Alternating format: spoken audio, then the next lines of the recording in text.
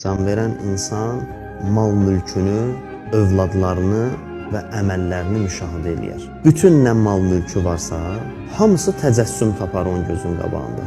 Hədisdə var, insan orada baxar mal mülkünə, deyər mən sizin üçün çox zəhmət çəkmişəm. Bir ömür sizi yığmaq üçün yaşadım da mən.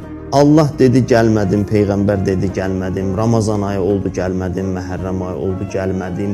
Heç nə məni çəkmədi. Mən ömrümü sizin arxavızda qaçmağa sərf elədim, malına, mülkünə deyə.